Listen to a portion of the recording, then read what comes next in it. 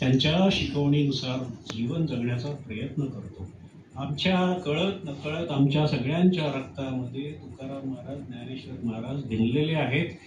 मराठीतला कुठलाही निबंध, कथा, कादंबरी, भाषण तुका म्हणे असल्याशिवाय होतच नाही. इतके तुकाराम महाराजांचे आम्ही समरस झालो आहोत. महाराष्ट्राबाहेरच्या लोकांचं काय, जगाचं काय? जगाला तुकाराम महाराजांचं नाव माहीत आहे, पण ते जगद्गुरू का आहेत हे जगाला माहीत आहे का? 4.5 अभंग, 1000 अभंगांमध्ये दडलेलं अमूल्य ज्ञान जगापर्यंत कसं पोहोचणार? जोपर्यंत हे अभंग इंग्रजीत अनुवादित होत नाही तोपर्यंत महाराष्ट्राबाहेर वाचकांना हा अमूल्य ठेवा कसा समजणार?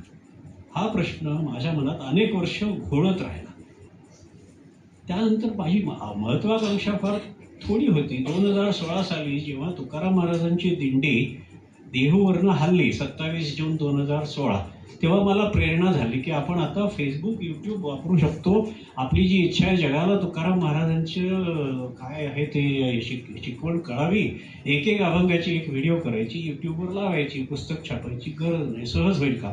पहिला अभंग त्या दिवशीच केला, पोस्ट केला आणि मग मंदिरापाशी गेलो. एकदा 8-10 अभंग असे दररोज एक करत पोस्ट केले आणि तुकाराम पादुका मंदिरापाशी गेलो. तिथे नारायण बांद्रे नावाचा माझा मित्र, वारकरी मित्र, त्यानेच मला पंढरपूर वारीची तयारी करून दिली. मी त्यांच्याबरोबर बसायचो भजनाला.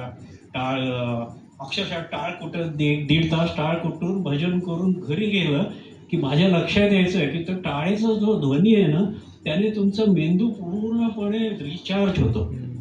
घरी गेल्यावर मला लक्षात यायचं, मी संकोच काही बघायचं, तिथे त्यांच्याबरोबर बसायचं आणि दर शनिवारी तिथे हरिपाठ होतो आणि हे होतं 12 अभंगाचं हे होतं, पारायण होतं. तर मी सुरुवात केली.